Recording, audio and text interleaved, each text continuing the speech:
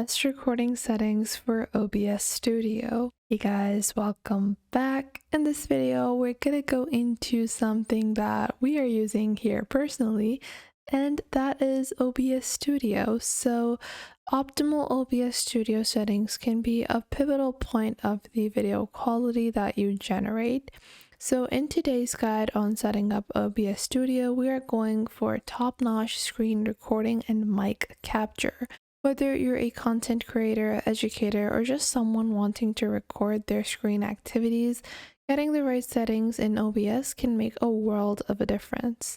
Now, the first thing we're going to be doing is setting up our video settings. So let's dive right in by configuring the video settings of our recordings. Now, the first thing we're gonna do is click on settings on the bottom right, and from here you have different types of settings. Now, I'm gonna go into video first, and you have multiple different types of video settings.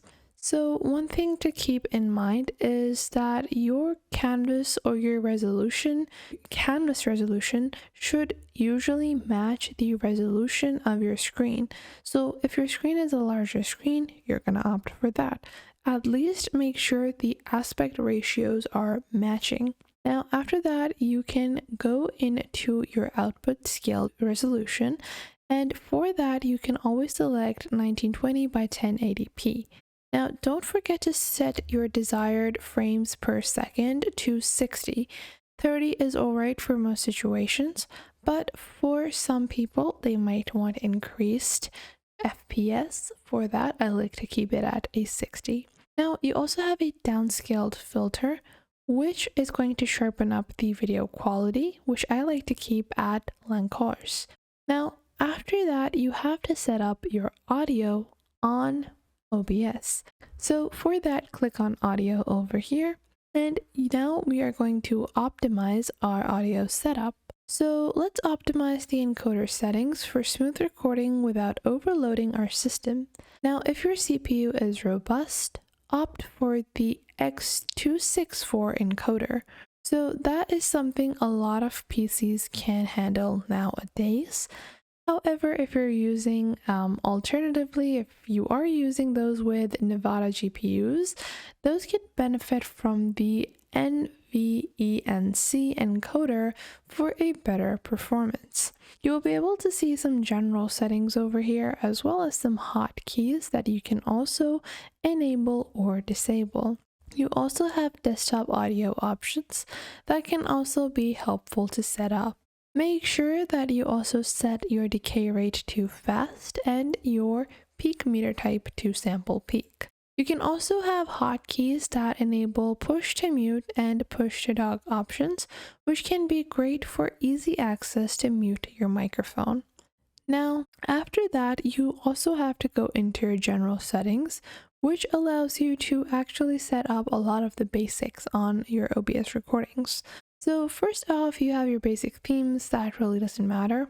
After that, you have your output confirmation if you want that. Then you also have your source alignment snapping.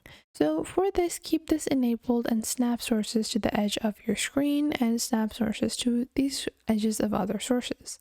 Then you also have your system trays and multi-view options. Now, next up, you have your output options, which are probably one of the most essential things. For that, you have your encoder, which we previously discussed, is supposed to be set at 264. Now, if you don't have a robust PC, this might heat up your laptop or your system, but keep in mind, this is going to be pretty significant. Now, after that, you have your recording settings where you want your files to be located, and you can choose to generate file names without spaces. Now, after that, you have your recording quality, which we are going to keep a large file size. Then we have our recording format set as MP4. Now, I personally have set this as MP4, but if you're someone that has fears that they might lose their recording, so if my PC were to crash right now, this recording would go to waste because this is recording on MP4. So if you want to keep your recordings under any circumstance, even if your PC crashes, anything happens, you want to make sure that whatever you recorded up until that point, you should be able to save. Then make sure to change your recording format to MP4. For your software encoder, keep the 26.4 encoder. Now, after that, you have your basic output, audio, and video set up. But always go into your advanced settings. Now, in your advanced settings, you have your recording settings.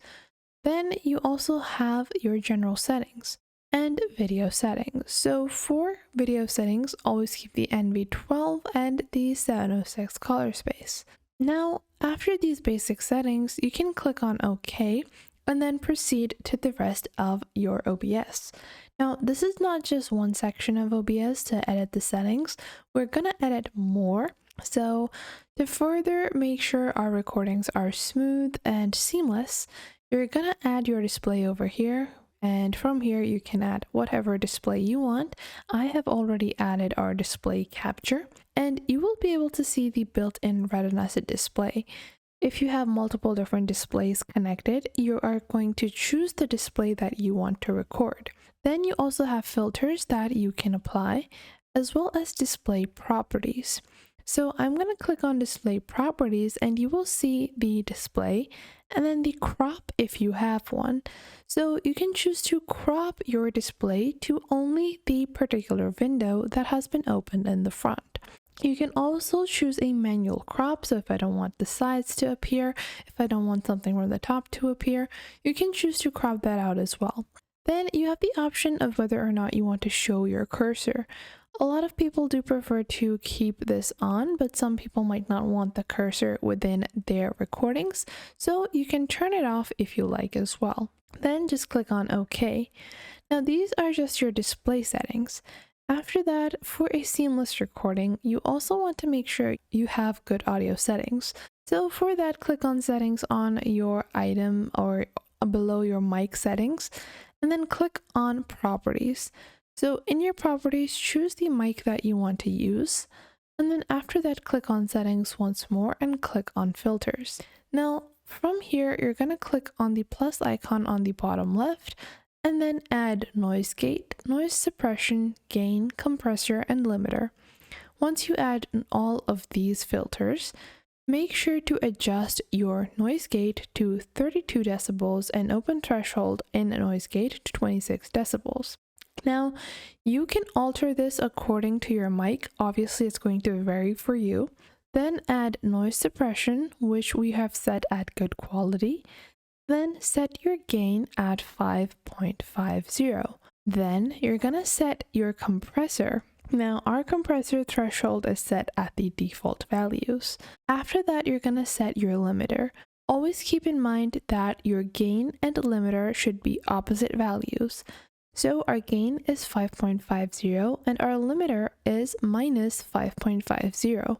And just like that, you have some of the best settings ready for your recordings on OBS Studio. So I hope you guys found this video helpful. If you did, make sure to leave a like and subscribe.